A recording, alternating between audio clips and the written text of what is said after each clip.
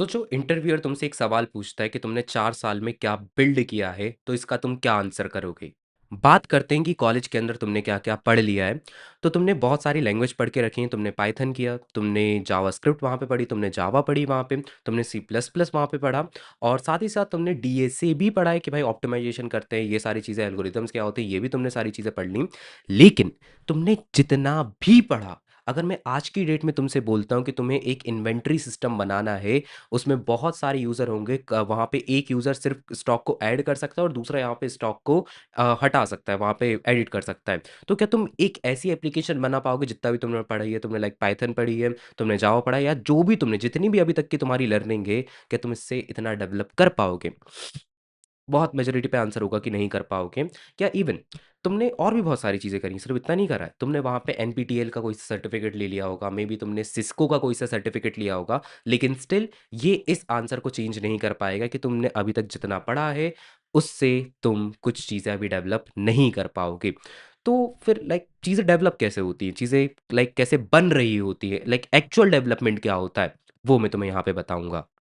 अब real development होता क्या है? तो वहाँ पर होता है कि भई एक क्लाइंट आया आपके पास, क्लाइंट की एक शॉप है, उसमें उसको बनाना है कि भाई वो अपने बहुत सारे आइटम्स को वहाँ पे लिस्ट कर सके। ऑनलाइन कोई भी आएगा वहाँ पर, वो अपने शॉप को या जो भी उसको आइटम पसंद आ रहे हैं, उन सभी को वो कार्ट में ऐड कर पाए और उनकी पेमेंट कर पाए और बाद में उसको वो डिलीवर कर सके। तो बहुत बेसिक सी रिक्वायरमेंट है। लेकिन अब रियल जो डेवलपर है, वो यहाँ पे क्या सोचता है? वो सोचता है कि भाई कौन-कौन से यूज़र होंगे, कौन से यूज़र प्रोडक्ट को ऐड कर सकते हैं, कौन से यूज़र यहाँ पे प्रोडक्ट को बाय कर सकते हैं। प्लस वो जो एड्रेस जिस जहाँ पे उन चीज़ों को डिलीवर करना रहेगा, उन एड्रेसेस को हम कहाँ पे स्टोर करेंगे, कौन-कौन से हमें यहाँ पे रेड ज़ोन मार्क करने हैं, जहाँ पे हम डिलीवर करने ही नहीं वाले। लाइक वहाँ पे आपको डिलीवरी की कॉस्ट बहुत ज़्यादा लग जाएगी। तो ये सारी चीज़ें वहाँ पे रियल डेवलपर सोच रहा होता है। अब सेम चीज़ का एक दूसरा सिनेरियो भी होता है कि रात के 3 बजे आपके पास एक एरर आ चुका है, प्रोडक्शन पे आपने कोड पुश किया था 2 दिन पहले, लेकिन वो कोड अब फट चुका है। लाइक वहाँ पे क्लाइंट को एक्चुअल में दिख रहा है कि उसको एक ब्राउज़र पे पेज दिख रहा है भाई 403 404 या 405 ये वहाँ पे उसको एरर दिख रहा है कि भाई ये एक पर्टिकुलर एरर आ रहा है सर्वर से, तो वहाँ पे क्लाइंट एप्लीकेशन आपकी यूज़ नहीं कर पा रहे। तो रात के 3 बजे आप इसको कैसे सॉल्व करने वाले हो? तो इसके लिए आप क्या करोगे? आप इसके लिए कोई स्टैक ओवरफ्लो में आपके पास आंसर नहीं मिलने वाला, जीपीटी इसमें आपकी मदद नहीं कर सकता। वहाँ पर आपको जो सर्वर के एक्चुअल लॉग्स होते हैं, उन लॉग्स में आपको ढूँढना पड़ेगा और एक्चुअल जो आपकी एरर है कि अनडिफाइंड जा रहा है, वहाँ पे रेफ़रेंस एरर आ जा रही है, क्या एरर आ रहा है, वो आपको पिन पॉइंट करके कि वैल्यू कैसे पास हो रही है, या आपको फ्लो वहाँ पे आइडेंटिफाई करना पड़ेगा, फ्लो को फिर से एक बार रन करना पड़ेगा, थिंकिंग आपको वहाँ पे लगानी पड़ेगी। तो ये होता है एक्चुअल डेवलपमेंट। जो आपने एक बात बताओ मुझे, जो तुमने 200 प्लस लीड कोड पे क्वेश्चंस लगाए हैं, क्या वो लीड कोड के क्वेश्चन तुम्हें ये बताते हैं कि तुम्हें एपीआई कैसे डिज़ाइन करनी है, क्लाइंट किन एपीआई को हिट कर सकता है और किस डेटा को तुम्हें कैशे करना है, कैशे इनवैलिडेशन कैसे होगा, कैसे फॉरबिडन जो हमारा एरर वो किन-किन राउट पे आ रही होगी, तो ये सारी चीज़ें नहीं सिखाता। और एक चीज़ और, लाइक जो लीड कोड होता है, लीड कोड तुम्हें क्या सिखा रहा होता है, लीड कोड तुम्हें सिखाता है कि भाई सोचना कैसे, आपको अपनी क्रिटिकल थिंकिंग को कैसे बढ़ाना है। लेकिन जो बाइनरी ट्री आप उसमें इंप्लीमेंट कर रहे हो, वो आप एक्चुअल में कभी बाइनरी ट्री को आप इंप्लीमेंट नहीं करोगे डेवलपमेंट में।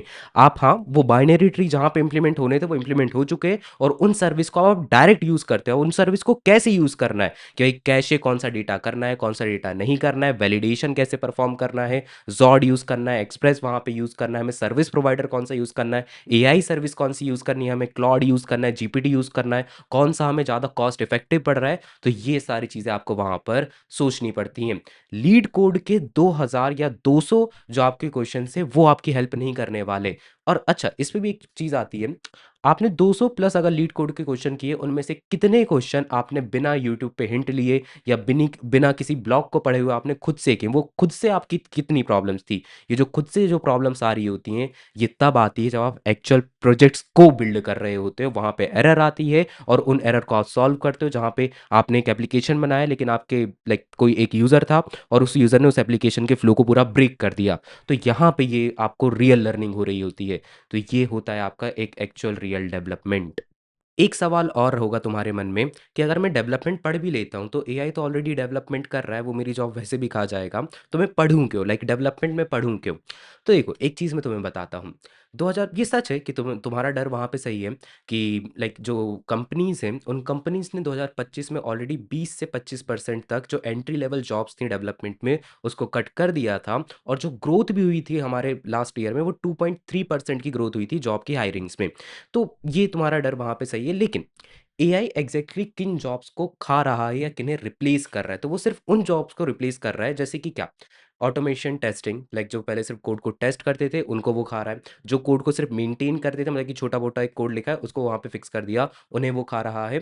और प्लस लाइक जो छोटे-मोटे बग्स को जहाँ पे सॉल्व कर रहे थे, उन्हें वो खा रहा है। अभी भी एआई जो है किन जॉब्स को रिप्लेस नहीं कर सकता, क्योंकि तुम कैसे आर्किटेक्चर डिज़ाइन करोगे, कौन-सा मैसेज ब्रोकर हमें यूज़ करना है, हमें काफ़का यूज़ करना है, हमें रैबिटाइम क्यों वहाँ पे यूज़ करना है, हम क्यों यहाँ पे रेडिस यूज़ नहीं कर रहे हैं एज़ अ मैसेज ब्रोकर, ये जिसकी थिंकिंग रहेगी उसको आज भी एआई रिप्लेस नहीं कर पाएगा। 2 साल बाद जब तुम वहाँ पे पास आउट हो रहे होगे तब भी उसको रिप्लेस नहीं कर सकता। अच्छा, अभी तुम 26 ये चल रहा है, 2028-29 के आसपास तुम वहाँ पे पास आउट हो रहे होगे और उस टाइम पे एआई 2 साल और आगे निकल चुका होगा और एग्ज़ैक्टली जो तुम्हें अभी लग रहा है कि ये एक्चुअल डेवलपमेंट होता है, जो भी अभी तुम्हें लग रहा होगा, इस वीडियो के बाद तुम्हें पता चलेंगी चीज़ें। अब तो वो ऑलरेडी एआई कर रहा होगा, 2 साल के बाद एआई और एडवांस होगा, वो और चीज़ें और अच्छे से कर रहा होगा, तो अभी जो तुम कर रहे हो वो तो कंप्लीट रिप्लेस हो चुका होगा। क्या बच रहा होगा कि भाई सिस्टम कैसे डिज़ाइन करना है, आर्किटेक्चर हमें कैसे बनाना है, वैलिडेशन कैसे हमें परफ़ॉर्म करना है, सिस्टम को इतना रोबस्ट कैसे बनाया जाए कि अगर एक सर्विस हमारी वहाँ पे फ़ेल हो भी जाती है, तो दूसरी सर्विस पे उसका इफ़ेक्ट ना पड़े और वो अपना काम करती रहे। प्लस जैसे ही वो हमारी सर्विस अप होती है, तो हमारा सिस्टम वहाँ पे वापस से नॉर्मल हो जाए। तो इस टाइप के सिस्टम हम कैसे बना सकते हैं, इस पे अगर तुम्हें ये आता है, तो एआई तुम्हें कभी भी रिप्लेस नहीं कर पाएगा। तो तुम्हें एक्चुअल में करना क्या है आज से? तो तुम्हें यहाँ पे बिल्ड करना चालू करने हैं प्रोजेक्ट्स, मतलब कि बहुत सारे प्रोजेक्ट, मतलब कि 10-15 प्रोजेक्ट बिल्ड कर ले, हम सीख जाएँगे एक्चुअल डेवलपमेंट, नहीं। ये सबसे बड़ी गलती होती है। तुम्हें ऐसा लगता है कि यार मैं 10 से 15 प्रोजेक्ट बिल्ड कर लेता हूँ, इतने सारे प्रोजेक्ट बिल्ड कर लूँगा, मुझे बहुत ज़्यादा एक्सपीरियंस हो जाएगा और मुझे एक्चुअल डेवलपमेंट, रियल डेवलपमेंट जो होता है उसका आइडिया लग जाएगा, वो मुझे आ जाएगा। तो ये सबसे बड़ी गलती होती है स्टूडेंट्स की। उससे होता क्या है, जो तुम 10 से 15 प्रोजेक्ट बिल्ड करोगे अलग-अलग वाईटी पे ट्यूटोरियल्स देख के, उनसे तुम सिर्फ सरफेस लेवल पे कैसे प्रोजेक्ट बिल्ड करते हैं कि भाई ठीक है, CRUD ऑपरेशन कैसे क्रिएट करते हैं, ऑथेंटिकेशन कैसे इंप्लीमेंट करते हैं, मिडलवेयर कैसे सेटअप हो रहा होता है, ये तुम सीख जाओगे। लेकिन जब एक्चुअल में यूज़र का जो फ्लो है, हमें किन डेटा को कैशे करना है, किस पे हमें वैलिडेशन वहाँ पे परफॉर्म करना है, मैसेज ब्रोकर क्यों यूज़ करना पड़ रहा है हमें, जब सिस्टम ब्रेक होता है, फ्लो ब्रेक हो रहा होता है एक बहुत अलग ही डेटा की वजह से, तो उसको हम कैसे हैंडल करते हैं, हम कैसे फ़ोल्डर स्ट्रक्चर अच्छा बना रहे होते हैं, ये सारी चीज़ें तुम कब सीख पाते हो? ये सारी चीज़ें तुम तब सीख पाते हो जब तुम सेम प्रोजेक्ट को 2 से 3 बार बिल्ड करोगे। तुम्हें लगता है यार 2 से 3 बार से थोड़ी ना काम होता होगा कि यार मतलब 2 से 3 बार ये क्या बोल रहे हो? तो बोरिंग भी है, प्लस एक ही प्रोजेक्ट बनेगा हमारा तो तुम्हें थोड़ी ना एक पोर्टफोलियो बनाना है कि भाई मेरी पूरी ज़िंदगी में 15 प्रोजेक्ट बनाए हैं। तुम्हें क्या करना है? तुम्हें जॉब चाहिए एक, तुम्हें जॉब चाहिए, वो 2 प्रोजेक्ट या 3 प्रोजेक्ट भी तुम बनाते हो और उन प्रोजेक्ट को अगर तुम इंटरव्यू में सही से एक्सप्लेन कर पाते हो, तो तुम्हारा काम हो गया। इंटरव्यूअर तुमसे बोल रहा है कि भाई मुझे 15 प्रोजेक्ट देखने हैं तुम्हारे, ये नहीं बोल रहा। अच्छा, इंटरव्यूअर और जॉब के बाद लाइक जब तुम्हारी जॉब लग जाएगी, तो उसके बाद तुम्हें एक स्किल और चाहिए रहेगी, वो क्या है? वो स्किल रहती है कि तुम दूसरे के कोड को पढ़ के समझ पाओ। तो ये भी तुम्हें करना है। मतलब क्या? कि ट्राई ओपन सोर्स, मतलब कि ऐसे नहीं कि तुम्हें जीसॉक पे ही ट्राई फोकस करना है। कंपनियां पूरे साल भर तुमसे ओपन सोर्स कंट्रीब्यूशन मांगती हैं, उनकी जो रिपो रहती है उनमें इशू मेंशन रहते हैं कि भाई ये इशू आ रहा है, इसको अगर कोई फिक्स करता है तो फिक्स कर दो, पीआर रेज कर देना, अगर हमें ठीक लगा तो हम उसको मर्ज कर देंगे। तो कंपनी पूरे साल ओपन सोर्स कंट्रीब्यूशन मांगती है और ये एक स्किल कौन सी कि ये तुम दूसरे के कोड को समझ पा रहे हो, उसको पढ़ के उस पे फिक्स अप्लाई कर पा रहे हो, ये बहुत इंपॉर्टेंट स्किल होती है। तो इसे भी तुम्हें यहाँ पे समझना पड़ेगा। अब एक पर्टिकुलर ट्रैप में यहाँ पे मत पड़ना, क्या कि तुमने बहुत अलग अलग 5 से 10 लैंग्वेज पढ़ ली। देखो होता क्या है, होता ये है कि अभी जो तुम्हारा कॉलेज है वो तुमसे बोल रहा होगा कि भाई, कॉलेज पहले बोल रहा होगा, तुमने उसकी सुन ली होगी थोड़ी बहुत कि भाई तुम जावा पढ़ लो, या तो तुम सी प्लस प्लस पढ़ लो या सी पढ़ लो, वो भी टर्बो पे पढ़वा रहे होंगे या नोटपैड पे पढ़वा रहे होंगे, यही होगा उनका एंड। तो पहले तुमने सुना कि ठीक है भाई, कॉलेज पे थोड़ा ट्रस्ट कर लेता हूँ, फर्स्ट ईयर में ये हुआ होगा तुम्हारे साथ। अब सेकंड ईयर में थोड़ा रियलाइज़ हो रहा होगा कि नहीं, कॉलेज की बस की नहीं हो पाएगी। तो फिर तुम अब वहाँ पे सुनना चालू करते हो अपने दोस्तों की, या जो भी तुम्हारे कज़न रहते हैं या बहुत दूर के कज़न हैं, या कहीं से एक भैया का रिलेशन निकल गया कि हाँ इनका प्लेसमेंट हो गया था इस पढ़ के। तो अब भैया का प्लेसमेंट हाँ हुआ होगा, उनने पाइथन पढ़ के हो चुका होगा, किसी का वहाँ पे मर्न पढ़ के हो चुका होगा, किसी का जावा पढ़ के हो चुका होगा। तो हाँ होते, मर्न पढ़ के भी होता है, पाइथन पढ़ के भी होता है, डीएसए पढ़ के भी होता है, जावा पढ़ के भी होता है, सब पढ़ के होते हैं, सबकी अपनी अपनी वहाँ पे प्लेसमेंट होती है। क्या पढ़ के नहीं होता वो मैं तुम्हें बता देता हूँ। जब तुम ये तीनों चीजें साथ में पढ़ रहे होते हो, या कोई भी बहुत सारी चीजें जब तुम साथ में कर रहे होते हो, और बस बहुत सारी चीजों का तुम्हें जो नॉलेज है वो सब सरफेस लेवल पे, किसी भी एक चीज में तुम्हारा नॉलेज डेप्थ में नहीं है, तो तुम्हारा प्लेसमेंट नहीं हो पाएगा। हर एक जगह पे प्लेसमेंट होते हैं, डीएसए में भी होगा, जावा में भी होगा, पाइथन में भी होता है, मर्न में भी होता है। लेकिन किसका प्लेसमेंट नहीं होता? जो इन सब को बस सरफेस लेवल पे जानता है, तो उसका प्लेसमेंट नहीं हो पाएगा भाई। उस पे अगर मैं क्या बोलूँ, लाइक अगर अंबानी भी है, उसका एक रेफरल लगा के देना कि यार इसको ना डीएसए आता है, उसका जावा आता है, लेकिन सब सरफेस लेवल पे आता है, तो उसका प्लेसमेंट भी कोई सी कंपनी नहीं लेगी। ये होता है। तो बस अगर तुम्हें मर्न भी अगर बहुत डेप्थ में आ गया, बस आ गया, मतलब कितना टाइम लगता है मर्न को डेप्थ में सीखने में, या किसी भी चीज़ को डेप्थ में सीखने में? 6 महीने लग रहे होते हैं। 6 महीने लग के कर लो, डेप्थ में आ जाती हैं चीज़ें, तुम जॉब के लिए वहां पे रेडी हो जाओगे।